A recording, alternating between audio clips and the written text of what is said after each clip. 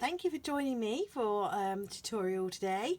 We're going to be looking at and going through how to recreate this journal page, a little snow globe character that you can either use in your journal, or you could use it as a Christmas or greetings card.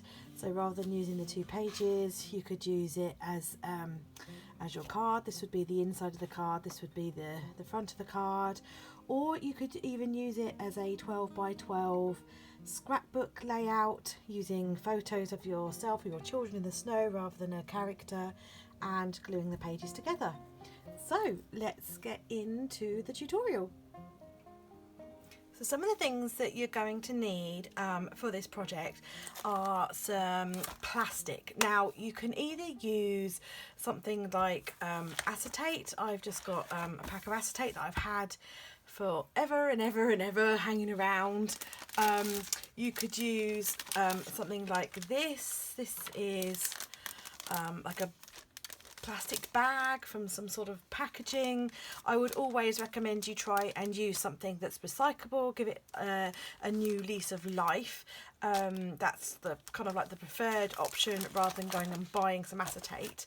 As I said, this acetate I have actually had for a long time, kicking about, for a project I was going to do that I never did it. But yeah, the recyclable plastic option is a good idea. So lots of packaging comes with plastic. You can find it on things like cake boxes. Sometimes they have like that see-through window. You can also use like a punched pocket sheet, like an A4 punched pocket sheet. You have to watch those sometimes because they have a bit of texture on, and they can be a little bit flimsy. You could use a laminate, you know, like an acetate that you laminate.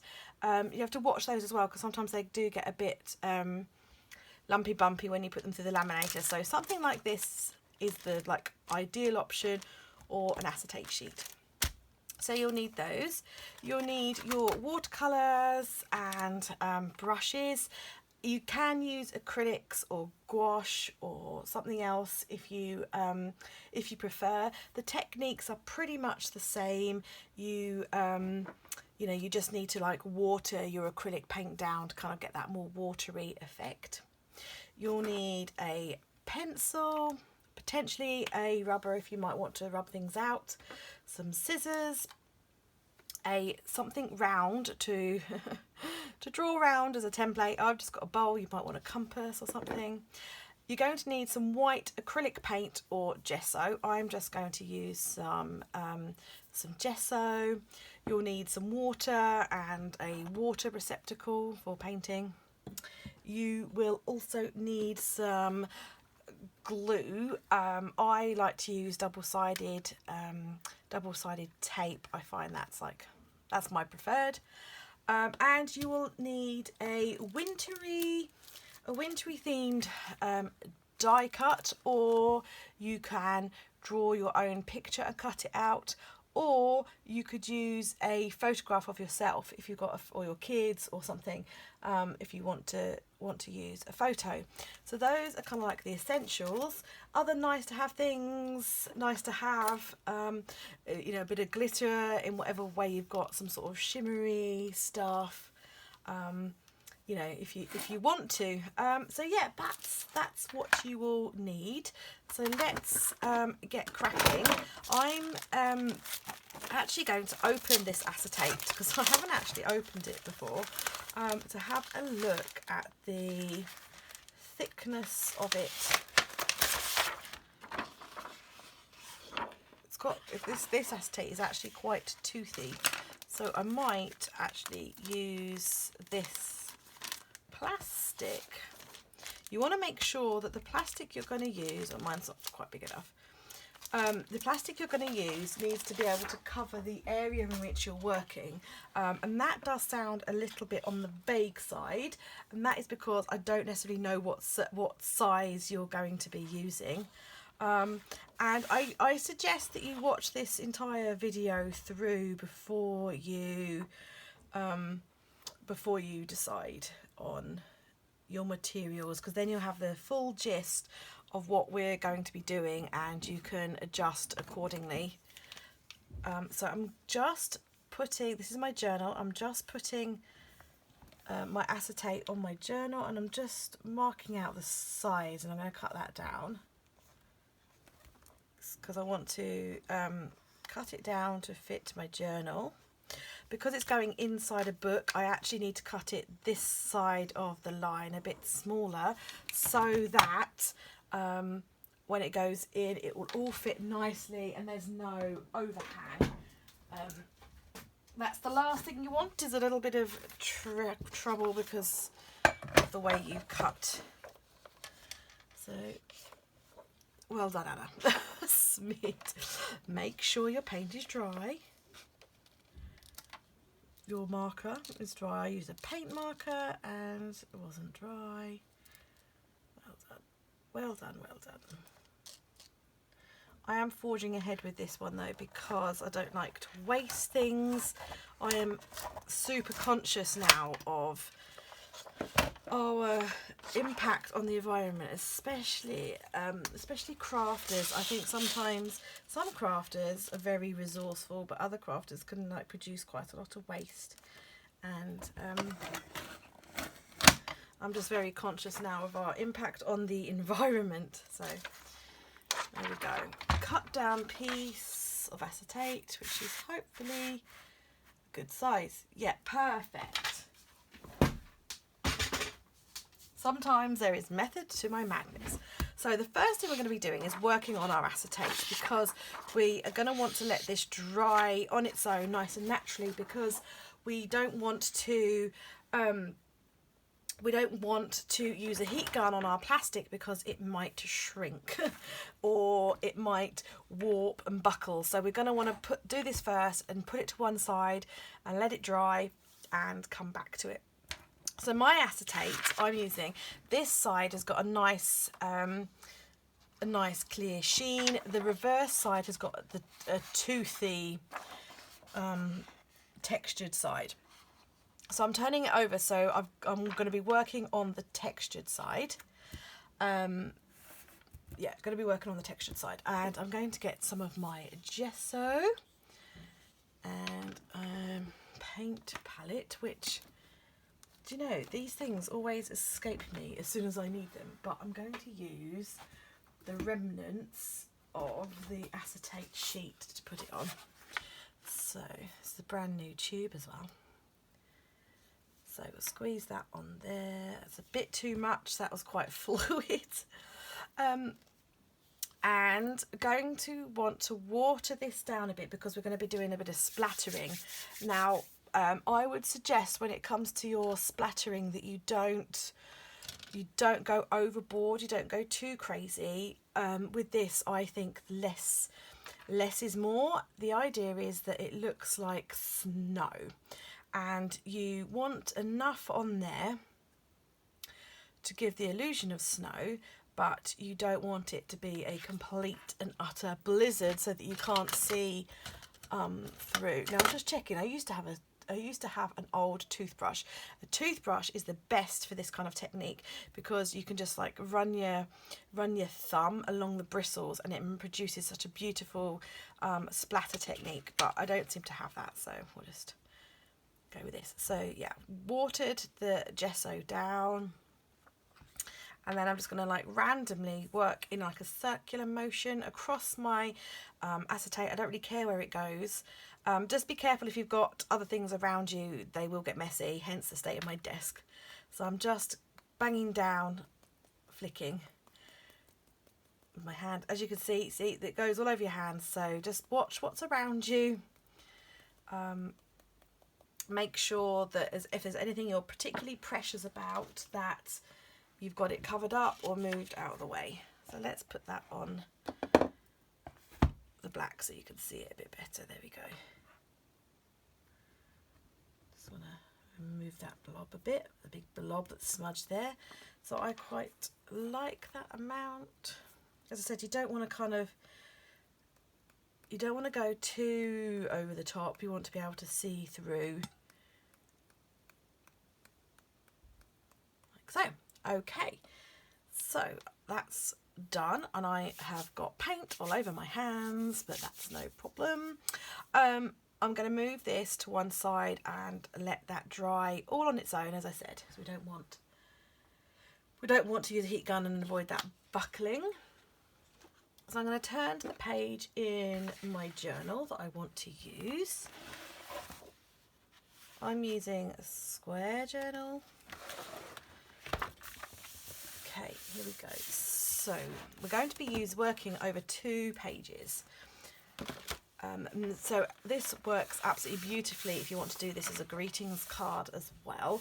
So if you were doing it, if this is a greetings card, or maybe you're doing a 12 by 12 scrapbook layout with photographs of your children in the snow, you would just treat it exactly the same. So the pages would either be your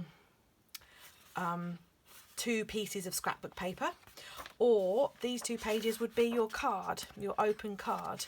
So this page would be like the inside of the card. So that's, you know, you just need to treat it the same. So I'm going to put my bowl on there. I'm not too fussed about things being like dead center or anything like that. I'm just going to draw around. And then this is the tricky part, is we're going to be cutting all of this away to give ourselves an aperture. And that's where the trickiness comes in, because it's not always very easy.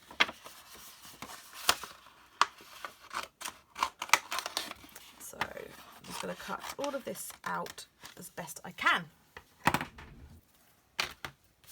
There we go. I am not the neatest cutter in the world, so it's not the neatest circle. If you have an X-Acto knife or a craft knife, something like that, that would be the better option. I'm not allowed such things because I'm a little bit accident prone, so I have to resort to scissors. So there we go, we have an aperture in our page now, which is good. I'm just going to draw very lightly around this circle, just so that we know where we're working on our next page. Okay, so I've got my circle, and I'm actually just going to rub that out very slightly because I just want it to be really faint. I want to kind of know that it's there without really being able to see it, because it's literally just for my guide so that I know where I'm painting, and that's it. You know, nothing else. We don't necessarily want to be able to see it. So just a little faint line. So you guys might not be able to see that now on camera, but it's not for you, it's for me. So,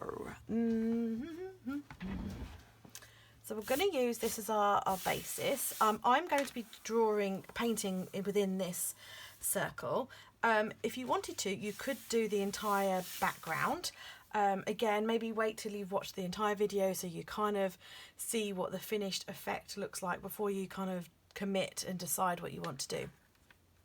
I'm going to be sticking in this circle though, because that's how I want to. So I'm going to choose a brush that I fancy, and I've got my watercolours. Not sure what colour. I'm going to have a look at my die cuts first, because that will kind of give me an idea of colour that I want to work with. So I've got, I might use my polar bear actually, or maybe a penguin, or maybe both. Let's look at the size.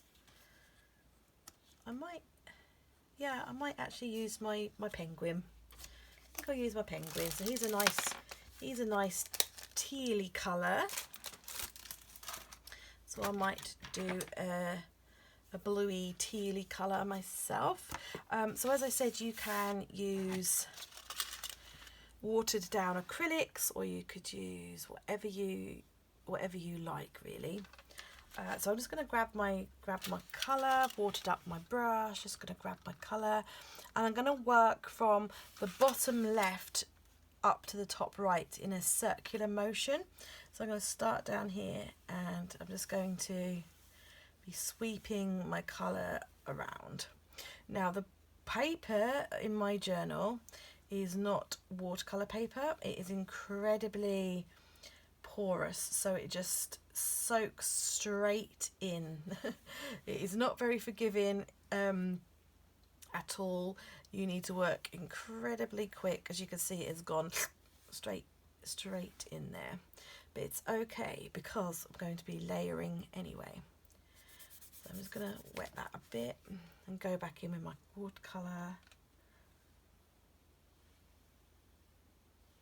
So if you're working with watercolour paper, you have a lot more time to be able to do this. Got a bit too dark there. Just going to water that down a bit. It's a bit darker than I'd like. Okay. So if you've ever looked at a sphere, this is what we're doing, a sphere, because it's a globe. You'll always see the darker patches. The light will always be coming from the top and it'll be darker underneath. Okay.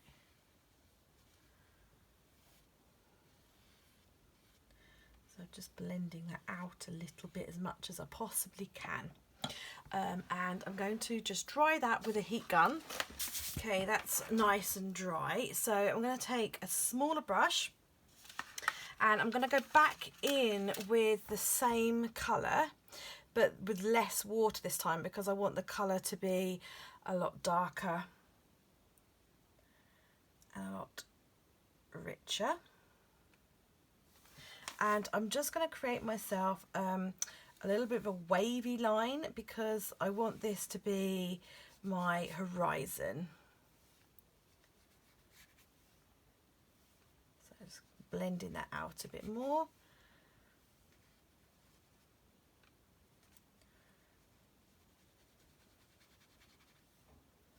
It's too much of a stark line, so I just want to blend that out a bit. As I said, I am working in a journal with incredibly porous paper, so it's not very forgiving. Okay, so again, I want to kind of sweep that round, so I've still got my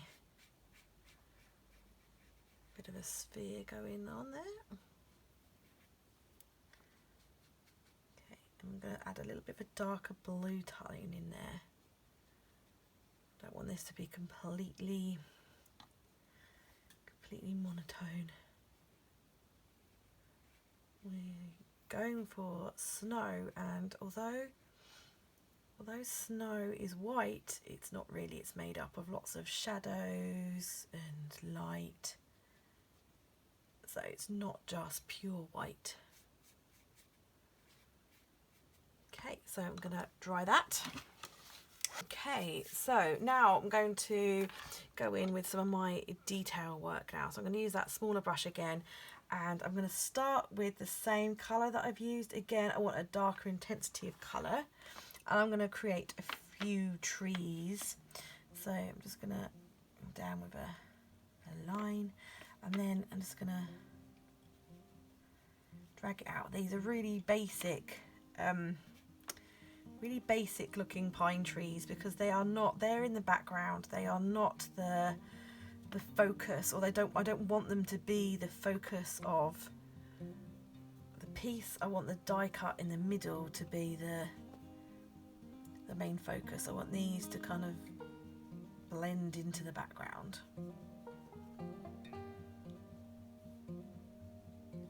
And I am not the best in the world at drawing trees.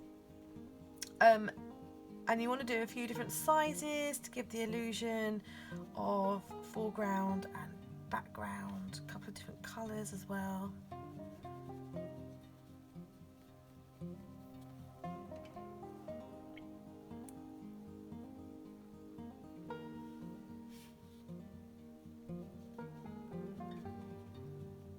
Okay, get in there.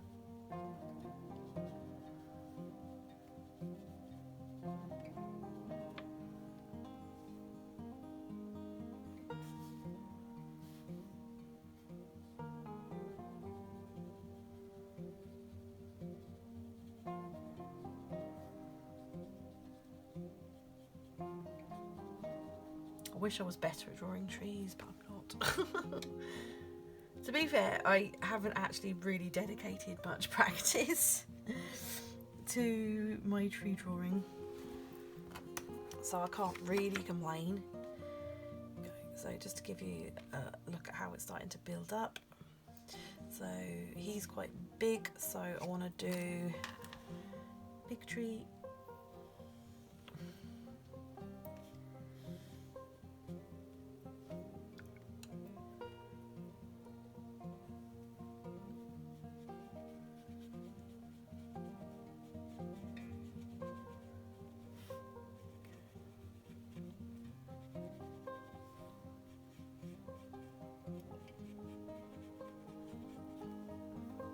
I try and think, oh, what would Bob Ross do?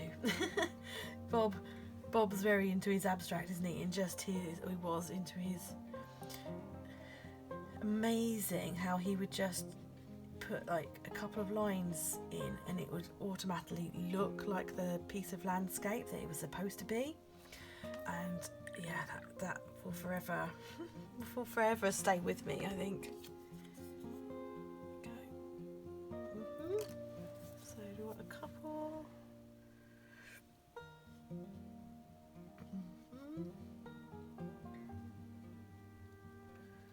Darken that up a bit.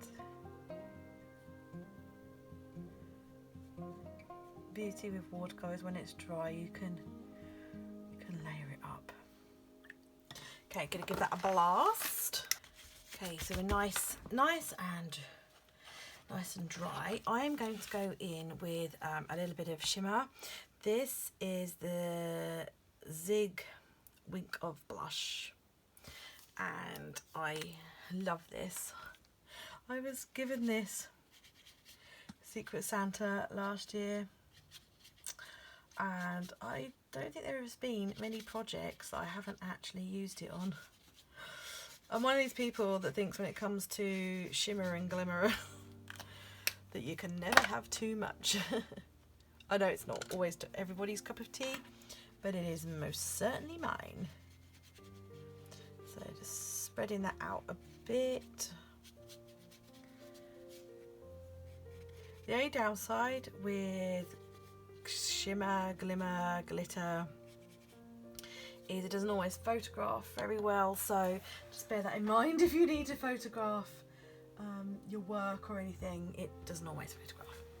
Okay, so that's going on there. I need to get my die cut back again, and he's gonna go round about there.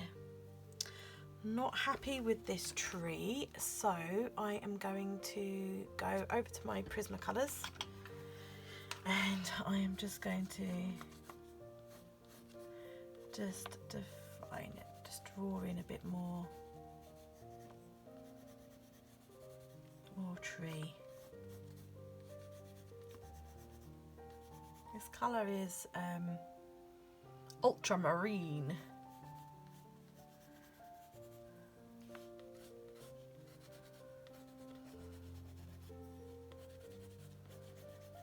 I'm sort of scribbling it a bit because I don't want it to be too precise. I want it to be more backgroundy, but I didn't like the way it was looking. Bit of grey.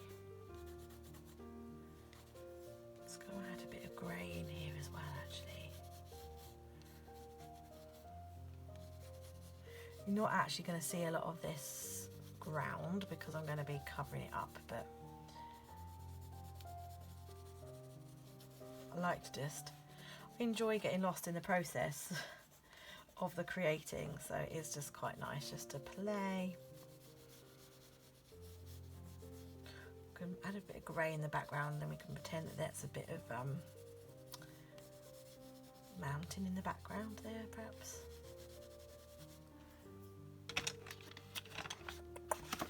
I think that's the beauty when you're creating. Sometimes you end up going off in a totally different avenue than when you started. And you know, even though I knew that I was going to be doing the tutorial and I knew what I wanted to do and what I wanted to talk about, yeah, sometimes you just got to go where the creative muse takes you. Oops. Okay, so yeah, so you can't see most of that, but it was fun. It was fun. So I'm going to stick my little chappy chap down. Go. He's going down. He goes. Hopefully he'll stick nicely. He'll cooperate with us and behave. Okay, so I'm going back to my gesso and my brush. And obviously it's a snow globe, it's a snowy scene. We need to add some snow. So, getting my little brush and going back to that watery gesso I created. I'm just gonna put a bit of snow on these trees. And again, I like layering up. So the beauty of gesso is because gesso is quite translucent, quite transparent, we can just add to it a little bit at a time. See what it looks like, see if we like it. And if we don't like it, it's not too bad because we didn't add too much. And if we want to add more, we can add more. So I'm going to do. So yeah, we need to add some snow in because it's kind of a bit weird having snow on the ground, which we will have in a minute. Snow on the ground and not having any snow on these trees. Need some snow on these trees.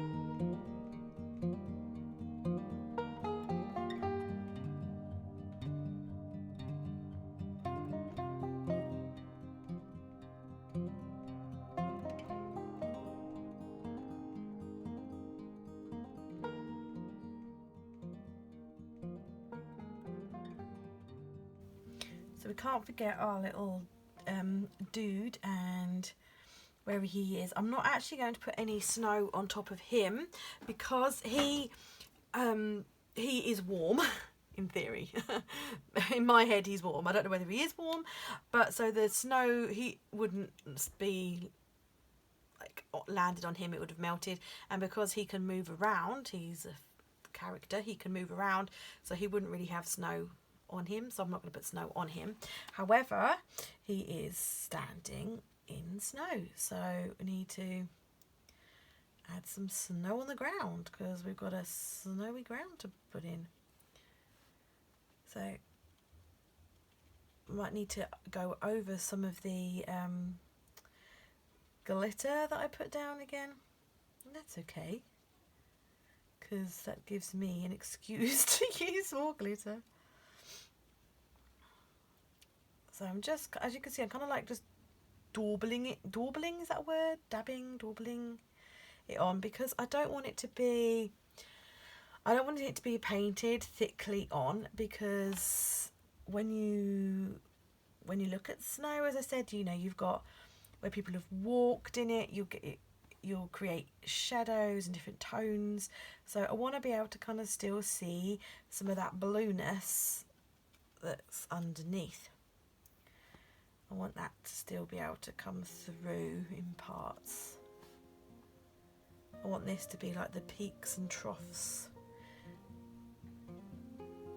And I haven't fully covered up his feet because he's kind of moving. Do a bit more white up there on their mountains. there he is. Right. So I'm going to blast that with the heat gun because I'm going to want a bit more glitter on there. Okay. And also once it's dry, you can see it a little bit better and work out if there's anything you want to add. You know, if you feel like once it's dried, it's not got the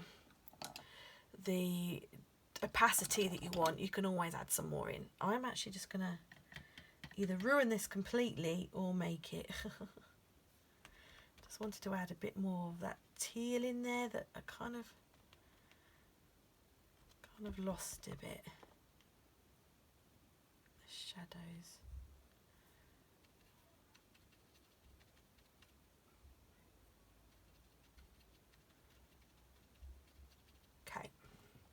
That'll do, because I think because sometimes you run the risk of completely overdoing it and then ruining it. So just dabbing on some more of this glitteriness. My specialness. I will forever be grateful to my Secret Santa for that. Put a bit of glitter on here. Have a bit of glitter. Okay, so in theory I should be able to close this page and work on this page because we have that aperture cut out. So I am calling this page done because I like the idea of just having this sphere this sphere in the middle of the page. I really like that idea. So that's it for me. I am calling that done. If you want to do some more to your page around the background or whatever, then obviously your project, please go ahead and do that. But for me, that's it. I like that how it is. So I'm going to close that, and then, yay, it worked. Brilliant. That moment of, oh, is it going to work? So now I am going to draw in the base of my snow globe. So my snow globe is just sitting on quite a plainish base, so just 2 lines there and a bit of a semicircle, I think. I always find these things so much harder to draw when I'm filming. Okay, and then just gonna rub some of that out because I don't want to see it that clearly through any of the paint. Now then, I really love how my piece has got that bluey hue, so I think I'm going to go with a grey on the base there, and of course glitter.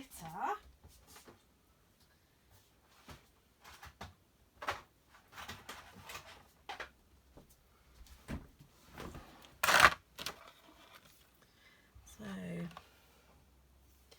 going to use acrylics for the base because I want this to be I want the background of the globe to be, the sphere to be wishy-washy, and I want the base to really sort of stand out. My page has warped a little bit, so I was just looking to see if I've got a clip. There we go, a clip that I can clip it down with so it can stay down whilst I'm doing this, so you can see it hopefully a bit better. There we go. Okay, so get my paintbrush and I'm just going to paint this in. Paint it all in.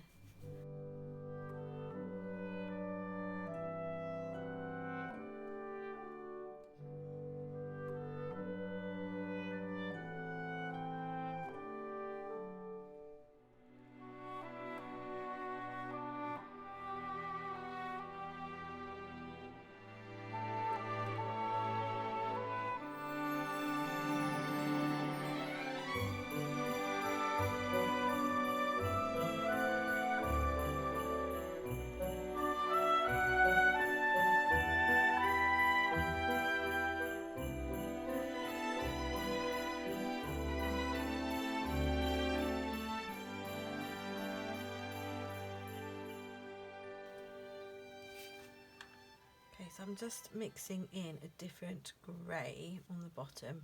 The one I used was silver. To be fair, it did say silver on the tube. So I'm just mixing that in a bit. I'm trying to change my brushes. I'm just not happy. Well, the first one I've ever used this silver. It's the Arteza one. And it's quite translucent and it's very thick. And so I was just changing my brushes about a bit just to see if I could get a look that I was happier with. But actually I'm now starting to think that the lines, the brushstroke lines that I'm getting, because they're so thick, I'm actually starting to think that it could look like brushed silver, you know, where things kind of get like, what's the word? Lines. Things get lines on them. I don't really know what the word is. I'm just talking myself in a hole. Where, like a brushed metal where people have kind of touched it. Does that make sense? That kind of thing. Hoping that makes sense and you're not just going, what? I ain't got a clue what she's going on about. I just going to put a little bit of shimmer around here, around the aperture a bit. Subtle. Don't want that to kind of, I feel like this page needs more on it, but I'm not kind of sure what, so shimmer that out. Just move it around and blend it out a bit. Which I'm fully aware that you guys probably can't see. The camera is probably not picking that up. Yeah, I can barely see it myself. So I'm kind of thinking it needs a bit of something there. Which I hadn't necessarily planned on, but again, these things you do have to kind of go with your muse sometimes. So I might add a few splats. But firstly, I'm going to cover, got a piece of scrap paper, let's put that there. To cover that up because I don't want that getting all mucky. And because this could be the make or break. But I just want to do like a few, just to kind of give it a bit of something on the page. Okay, so as I was drawing that, I was just having a look around me to see what I got. I have this blue glittery, oh, all dried out. I was going to see if I could get that to work. I feel like that's a green. I just, you know, when you can't decide what it is that you want, but you know you want something, and it's always best to have a little bit of a play and a bit of a check before you dive in on your page. That's quite dark. These are the Nova watercolour markers from Trimcraft, and they're really lovely. The downside to them is they're really lovely because they're so vibrant, and I was, you know, looking for something less vibrant. So let's just have a test and move that about, but that could work. I was just thinking of edging. Let's try it here before I do anything I'm going to regret. Around here. Okay,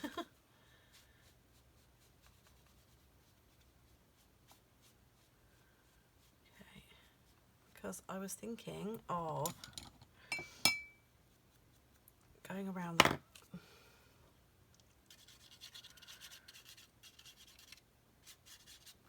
There, I've done it now. Done it now. Can I get the effect I wanted? No.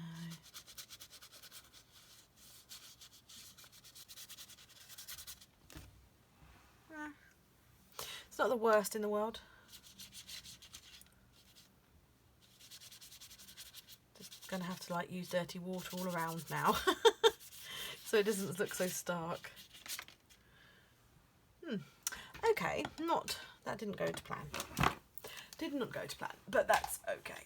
We'll abandon that. Okay, so we'll call that done then before I ruin it. I'm still not sure what I want on there, and now I can't find where I put things. Why does that always happen? I was looking for my shimmery, and now I've put my paper in my paint, so that's good. Well done, Anna.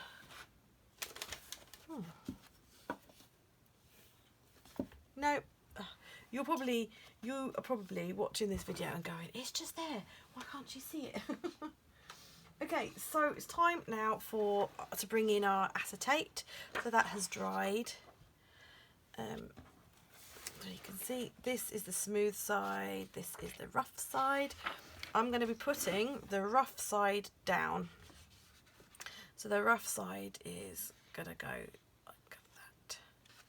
Okay, so I actually need to cut this. Oh, have I done it around the...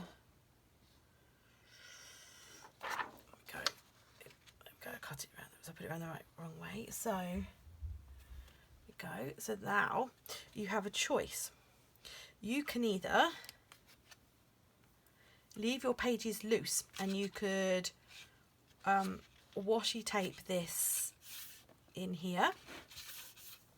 So you've got 1, 2, 3 loose pages, or you can glue them all together. So you can glue your acetate down to the back here, and then glue this down to here, and so that's how it looks.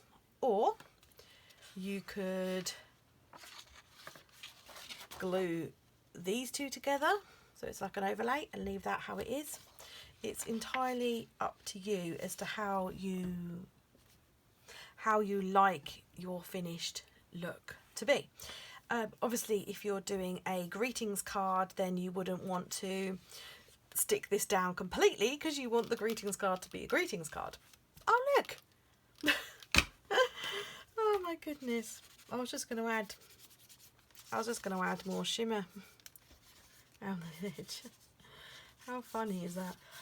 So yeah, so you've got a bit of a choice now as to what you want to do with your acetate, and make it look how you like it, basically, because that's all it is now. It's how it's always been, actually, is your personal preference of how you want it all to look. Okay. I wish I hadn't started and left it white, but there we go. I won't heat that up because I've got my acetate behind it. So I'm actually just deciding, I'm actually just deciding whether I want to. I think I might washi tape that in for now, because that is your other option, is you can washi tape it in, and then you can decide at a later time whether you want to like stick it down or not. You're not totally committed. Now I do have somewhere some snowy washi tape, but of course, because I'm filming, could be anywhere. I also have some silver. Silver would probably look nicer, actually. So that's being cut off. But I'm going to need to make sure you leave a little gap at the edge, so you might need to cut it down a bit if you haven't left a gap.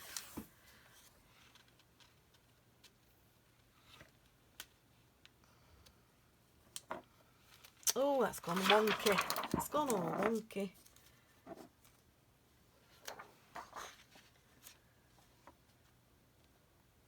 Of course, if you think your acetate could do with more snow once you've finished it, obviously you can add more snow if you want to. I'm happy with the amount of snow that I have on mine. It is suiting my need. Okay.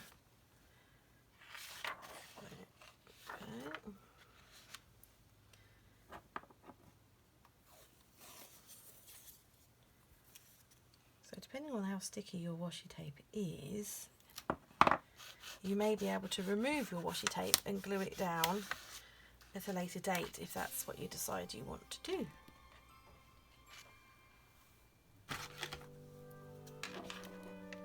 Just now I'm wondering whether that is what I want to do. I think it is what I want to do. There we go. Off you come. I'm going to glue it down. I'm going to glue it down.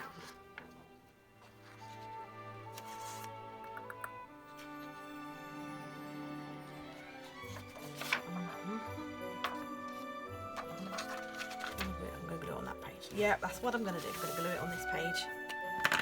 So let's glue you down.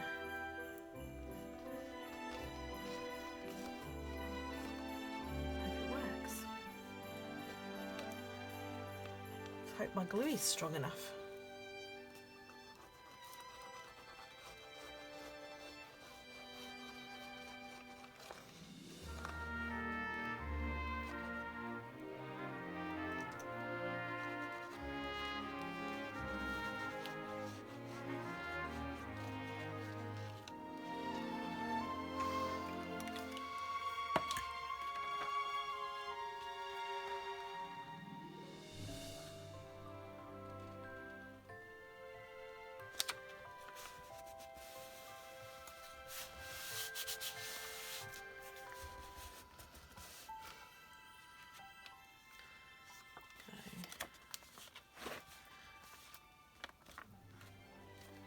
Okay, so my pages are buckled because of the water.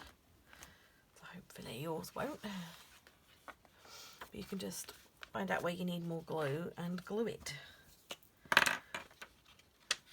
Okay, and I don't think this glue is up to the job in which I'm trying to get it to do. Just a bit of a bummer. But anyway, you get the gist. Your glue will be better than mine. If I got my double-sided tape runner to work, that would have been perfect because that thing is super strong. There we go.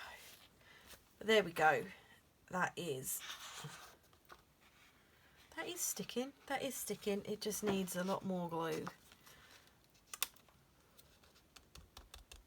And probably patience. Probably patience too. Okay, so there we go then. So now I have my nice aperture, my Snowglobe aperture over my page. I really hope you enjoyed that little tutorial, and I really hope you have a go at it. I would really, really love to see your work if you do decide to give it a go, because I really want to see how cute your snow globes are. And I really wish I hadn't done that grey bit there, but there we go, never mind. So thank you for watching and take care. Bye guys.